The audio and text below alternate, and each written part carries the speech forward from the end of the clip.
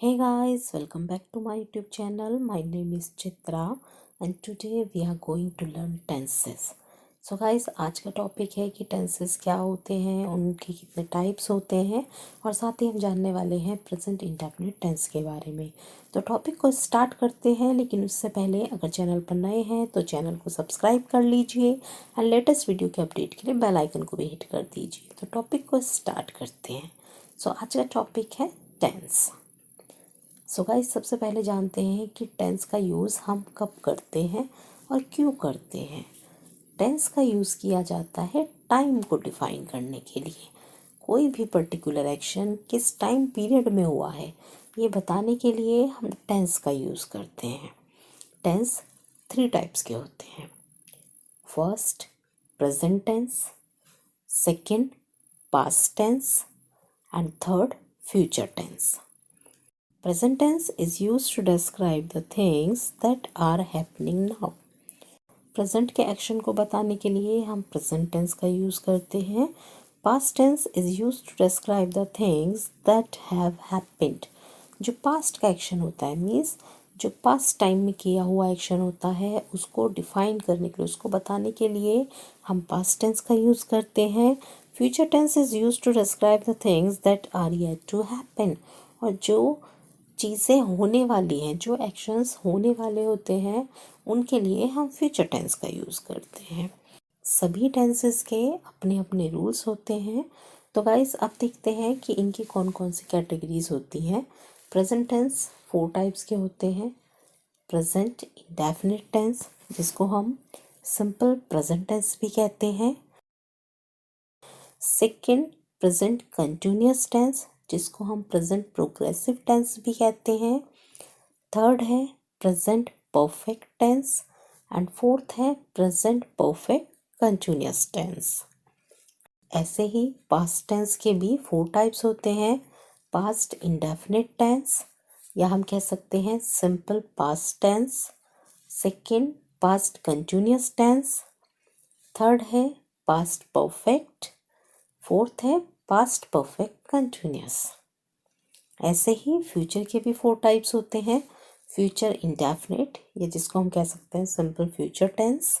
Second, future continuous. Third, future perfect and fourth है future perfect continuous. So guys, इस तरह से total 12 types के टेंसेस हो जाते हैं। सो गाइस, अब हम जानते हैं कि प्रेजेंट इंडेफिनिट टेंस क्या होता है, उसको हम कब यूज़ करते हैं, उसके सेंटेंस की स्ट्रक्चर्स क्या होती हैं। तो आइए डिटेल में जानते हैं प्रेजेंट इंडेफिनिट टेंस के बारे में। प्रेजेंट इंडेफिनिट टेंस, जिसको हम सिंपल प्रेजेंट टेंस भी कहते हैं। The simple present tense is used to express general facts, regular actions, fixed arrangements, future actions etcetera. Simple present tense का यूज़ हम करते हैं जनरल फैक्ट्स को बताने के लिए, या हम कह सकते हैं यूनिवर्सल ट्रुथ को बताने के लिए, प्रोवर्ब्स को बताने के लिए, रूटीन्स को, हैबिट्स को बताने के लिए, शेड्यूल्स को बताने के लिए, कुछ परमानेंट सिचुएशंस के लिए भी हम इसका यूज़ करते हैं, और साथ ही प्री प्लान फ्यूचर एक्शंस के लिए भी हम इस टेंस का ही यूज़ करते हैं। एग्जाम्पल से देखते हैं। The earth moves around the sun. पृथ्वी सूर्य के चारों ओर घूमती है। ये एक यूनिवर्सल ट्रुथ है। यूनिवर्सल ट्रुथ के लिए हम प्रेजेंट इंडेफिनिट टेंस का ही यूज़ करते हैं। नेक्स्ट एग्जाम्पल है the sun rises in the east. सूरज पूरब में निकलता है। ये भी यूनिवर्सल ट्रुथ है, यूनिवर्सल ट्रुथ का सेंटेंस है, इसीलिए हम इसको प्रेजेंट इंडेफिनिट टेंस में ही बनाते हैं। एक और एग्जांपल ले लेते हैं। Sunday comes before Monday. ये एक जनरल फैक्ट है, तो इसके लिए भी हम इस टेंस को यूज़ करते हैं। अब देखते हैं कि रेगुलर एक्शंस के लिए हम किस तरह से इस टेंस का यूज़ करते हैं। I play tennis every evening. मैं प्रत्येक शाम को टेनिस खेलता हूँ। यहाँ पर हैबिट को बताया जा रहा है, डेली रूटीन को बताया जा रहा है कि मैं प्रत्येक शाम को टेनिस खेलता हूँ। तो यहाँ पर एडवर्ब का यूज़ हुआ है। तो ये सेंटेंस प्रेजेंट इंडेफिनिट टेंस का सेंटेंस है। एक और एग्जांपल लेते हैं। ही टेक्स एक्सरसाइज एवरी मॉर्निंग। वो प्रत्येक सुबह को एक्सरसाइज करता है। अब देखते हैं कि प्री प्लान फ्यूचर एक्शंस के लिए हम किस तरह से इस टेंस को यूज़ करते हैं, उसके एग्जांपल्स को देख लेते हैं। My friend comes here next week.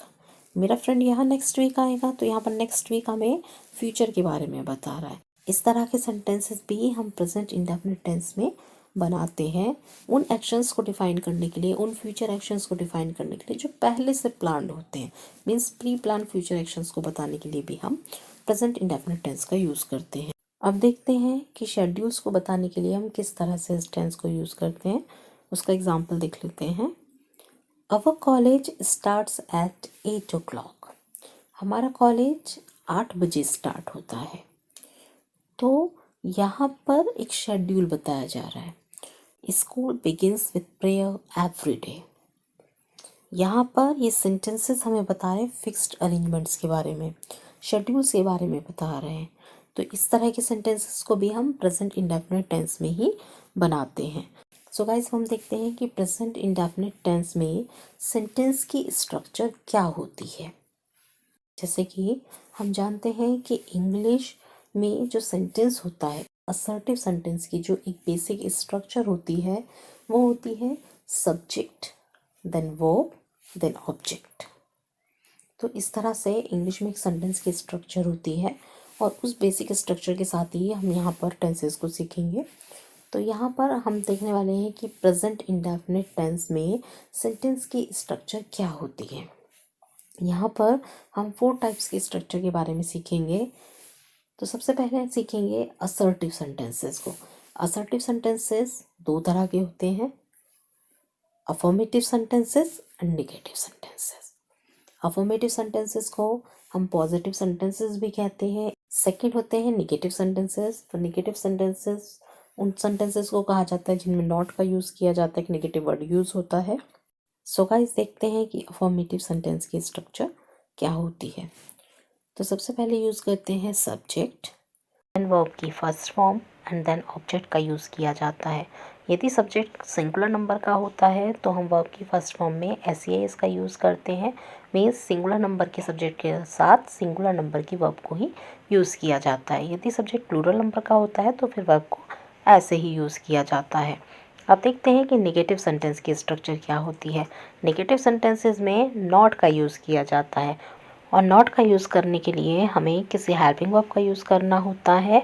तो प्रेजेंट इंडेफिनिट टेंस में हम डू और डज का यूज़ करते हैं। तो नेगेटिव सेंटेंस की स्ट्रक्चर होती है सब्जेक्ट प्लस डू नॉट और डज नॉट प्लस वर्ब की first form plus object.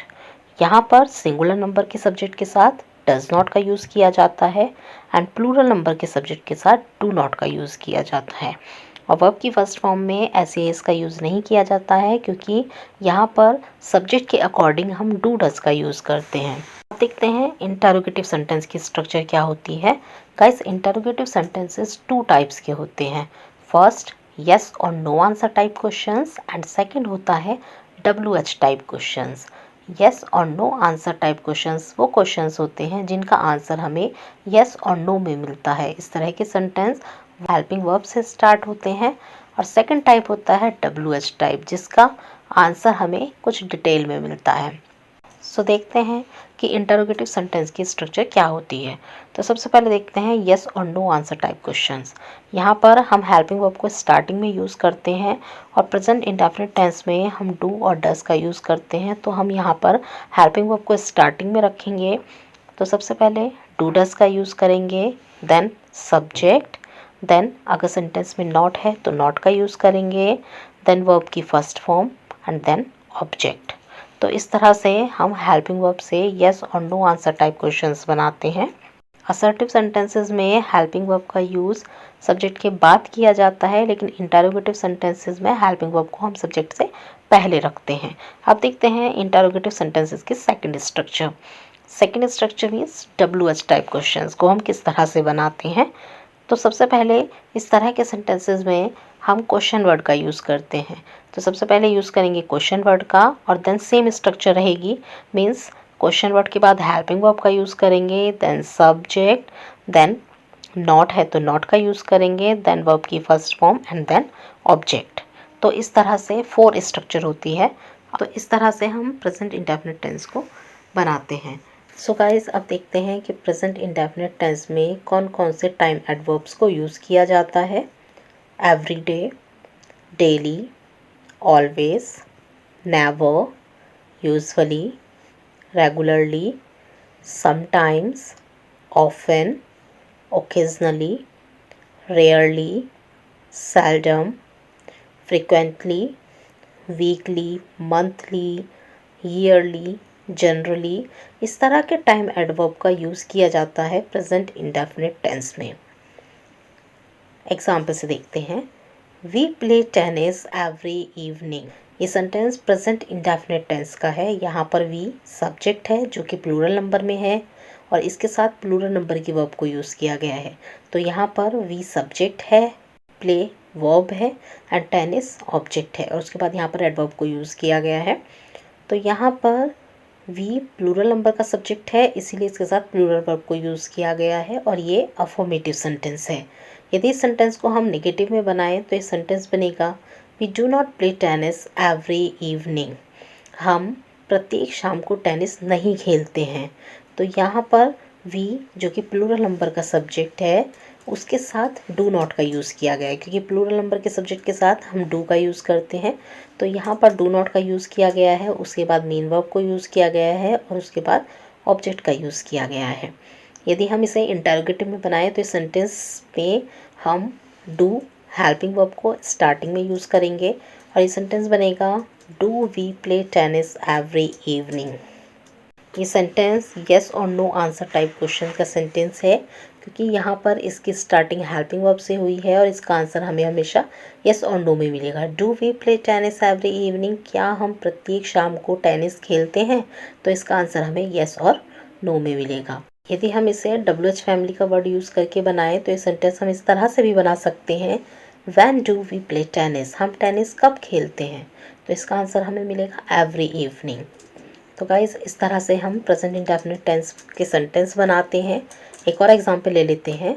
He goes for a walk daily. यहाँ पर ही सब्जेक्ट है जो सिंगुलर नंबर में है, गो वर्ब है। तो यहाँ पर हम देख रहे हैं कि ही जो कि सिंगुलर नंबर का सब्जेक्ट है, यहाँ पर सिंगुलर नंबर के सब्जेक्ट के साथ सिंगुलर नंबर की वर्ब यूज़ की गई है, मीन्स वर्ब की फर्स्ट फॉर्म में ES को ऐड किया गया है। और यहाँ पर डेली टाइम एडवर्ब को भी यूज़ किया गया है। ये सेंटेंस अफर्मेटिव है।